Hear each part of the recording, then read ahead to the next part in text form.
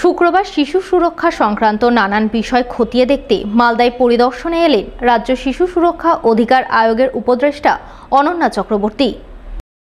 এদিন তিনি মালদায় এসে বৈষ্ণবনগর কালিয়াচক ও মোথাবাড়ি থানায় যান। সেখানে থানার চাইল্ড ফ্রেন্ডলি কর্নার অর্থাৎ শিশুবান্ধব কোণ পরিদর্শন করেন। শিশুবান্ধব কোণের পরিবেশ ও পরিকাঠামো ঠিকঠাক রয়েছে কিনা তা সরেজমিনে খতিয়ে দেখেন। শিশুদের সুরক্ষা অধিকার সংক্রান্ত বিষয়ে থানার ভারপ্রাপ্ত পুলিশ আধিকারিকদের সঙ্গে কথা বলেন।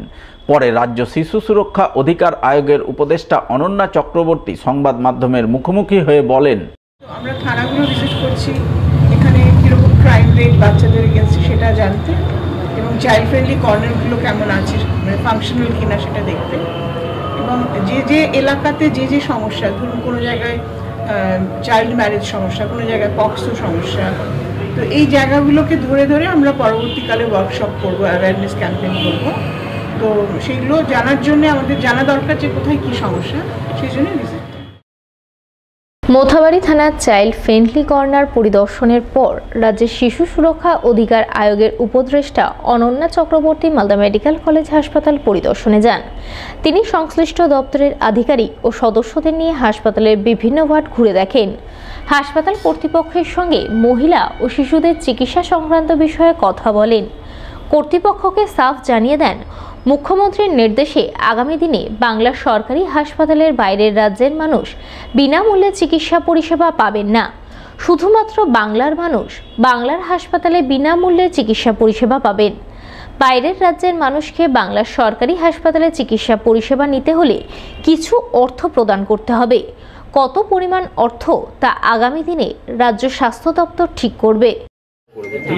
আসলে মাননীয় মুখ্যমন্ত্রী একটা নির্দেশ দিয়েছেন যে অন্যান্য রাজ্য থেকে যারা আসছে তাদের চিকিৎসা করা হবে না তা নয়, কিন্তু তাদের পয়সা দিয়ে চিকিৎসা করাতে হবে, সরকারি হাসপাতালেই করা, কিন্তু বিনামূল্যে চিকিৎসা যেটা আমাদের রাজ্য দেয় সেটা শুধু এই রাজ্যের বাসিন্দাদের জন্য। কারণ না হলে যেটা হচ্ছে, ধরুন 100 টাকা যদি আমাদের বাজেট থাকে, তাহলে 40 টাকা বেরিয়ে যাচ্ছে বিহার, উড়িষ্যা, ঝাড়খণ্ড এদের চিকিৎসা করাতে, এবং তার জন্য আমাদের রাজ্যের যারা বাসিন্দা, যারা নাগরিক, তারা কিন্তু পরিষেবাটা পাচ্ছে না। বুঝতে পেরেছেন তো? সেই জন্যই বলা হয়েছে যে এমার্জেন্সিতে যারা আসবে তাদের ক্রিটিক্যাল কেয়ারে তাদের তো অবশ্যই নেওয়া হবে, কিন্তু অন্যান্যদের প্রাইভেট হাসপাতালে গিয়ে করুক বা প্রাইভেট নার্সিং হোমে করুক বা নিজের রাজ্যে করুক। আমরা তো অনেক কিছু শুনি যে অন্য রাজ্যে এত উন্নত, নিজের রাজ্যে গিয়ে করুক, আমাদের রাজ্যে কেন? রাজ্য সরকারের এই সিদ্ধান্তের কড়া সমালোচনা করেছেন বিজেপির উত্তর মালদার সাংসদ খগেন মুর্মু। তার দাবি, এই সিদ্ধান্ত আসলে গরিব মানুষকে চিকিৎসা পরিষেবা থেকে বঞ্চিত করার রাজনৈতিক চক্রান্ত, তাই এই সিদ্ধান্ত প্রত্যাহার করা উচিত। চিকিৎসা আমাদের সরকারি যে সমস্ত যে ব্যবস্থা, স্বাস্থ্য ব্যবস্থা আছে, সরকারি হাসপাতালগুলো আছে, তো গরিব মানুষকে পরিষেবা দেওয়ার জন্য বিনা পয়সায় চিকিৎসা হবে, তো পয়সা দিতে হবে কেন? আজকে ভিন রাজ্যের মানুষ, গরিব মানুষ এখানে মালদায় এই মেডিকেল কলেজ হসপিটালে চিকিৎসা করতে আসবেন, তাদের পয়সা দিতে হবে। এটা একমাত্র হচ্ছে নিছকই একটা রাজনীতি। রাজ্যের সমস্ত মানুষ যেমন পরিষেবা থেকে বঞ্চিত হচ্ছেন, ভিন রাজ্যের মানুষরাও বঞ্চিত হবেন আমাদের রাজ্যে এসে। অর্থাৎ এটা রাজনীতি ছাড়া অন্য কিছু নয়। মুখ্যমন্ত্রী মমতা বন্দ্যোপাধ্যায়ের অনুপ্রেরণায় এবং উত্তরবঙ্গ উন্নয়ন দপ্তরের অর্থানুকূল্যে প্রায় 2 কিলোমিটার বেহাল রাস্তার কাজে শিলান্যাস হয়ে গেল মালদার বামনগোলা ব্লকে।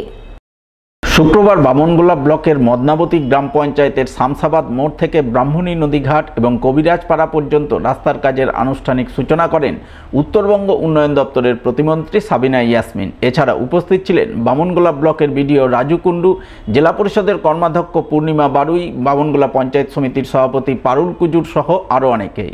মন্ত্রী সাবিনা ইয়াসমিন জানান, আদিবাসীরা মুখ্যমন্ত্রী মমতা বন্দ্যোপাধ্যায়ের প্রাণ, তাই আদিবাসী অধ্যুষিত বামনগোলা ব্লকের মদনাবতী গ্রাম পঞ্চায়েতের শামসাবাদ মোড় থেকে ব্রাহ্মণী নদীঘাট এবং কবিরাজপাড়া পর্যন্ত প্রায় 2 কিলোমিটার বেহাল রাস্তার হাল ফেরাতে উত্তরবঙ্গ উন্নয়ন দপ্তর থেকে 2,33 লক্ষ টাকা বরাদ্দে রাস্তার কাজ শুরু করলেন। এজন্য মুখ্যমন্ত্রীকে তিনি অশেষ ধন্যবাদ জানাচ্ছেন। পশ্চিমবঙ্গ সরকারের কাছে আদিবাসী আমাদের কাছে প্রাণ, এবং সবসময় দিদি বিশেষ করে পিছিয়ে পড়া শ্রেণীদেরকে এগিয়ে নিয়ে যাওয়ার জন্য বারবার আমাদেরকে ইনস্ট্রাকশন দেন যেখানে এসসি রয়েছে, এসটি রয়েছে, ওবিসি রয়েছে, বিশেষ করে আদিবাসীরা যেখানে রয়েছে তারা যেন খুব ভালো থাকে এবং তাদের যোগাযোগের ব্যবস্থা, তাদের জন্য কোনো প্রকার অসুবিধা না হয় সেই জন্য আমাদেরকে সবসময় ইনস্ট্রাকশন দেন।